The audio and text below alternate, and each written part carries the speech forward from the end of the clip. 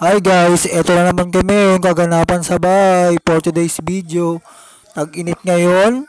Sabi nga pala sa balita, meron nga raw nagbabadya ng unas na panahon. Kaya mag-ingat kayo mga tropa dahil babalik na naman ang tag-ulan.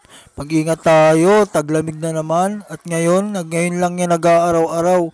At may namumuo daw ngayon na bagong low pressure area. Yan ang sinabi sa balita. Kaya ganyan niya yun, tag-araw. At eto naman guys, ang ginagawa ko tuwing umaga, inaano ko yung daily routine ko na 600 steps na pag-exercise. Ayan ang ginagawa ko sa umaga.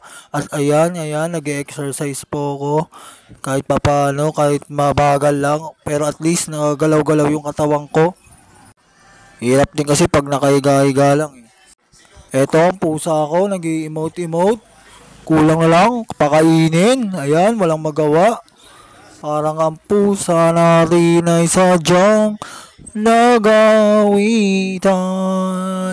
Sabado, nag-iwan ka ng pagkain.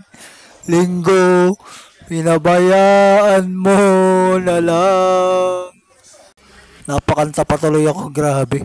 Ayan, ito ang ginagawa ng pusa namin ngayon. Gutom na gutom yan, kaya nangungulit. Kaya ganyan. You, it's me, and that's it you. Pokemon, gotta catch them all. Gotta catch them all. Pokemon. Kulit kinukuha sa akin yung pagkain at tinapay. Pero di naman niya kakainin. Konti-konti lang, kaya yan ganyan yan pusa na yan. Ayan, makulit na naman siya. Kaya ganyan, pinaglalaroan ko siya, pinagtitripan ko na kunwari, bibigay ko yung pagkain. Forward tayo mga tropa. Ito nga pala ulam namin ngayong gabi, sinabawan na gulay. At meron kaming kilawin, nagawa ni Luis Manzano ng taga Bagong Silang. Ayan ang kilawin namin, oh, nagawa ni Tito Luis Manzano ng taga Bagong Silang. At isang kanin na kaldero, kain po tayo mga tropa ngayong gabi. Gabi na po yan inaabot na ng gabi, kaya ganyan. Ayan, ang sarap ng gawa talaga ni Tito Luis Manzano.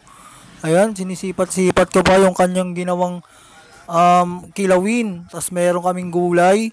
Ayan sa camera, ginaganyan-ganyan ko. Kasi masarap kasi yung kilawin kahit papano nabigyan kami. Ayan, tinutok-tutok ko pa sa camera ngayong gabi at ang pusa namin. Sabik na sabik sa kilawin at hanggang dito na lang guys. Thank you for watching. Goodbye, pa-bye.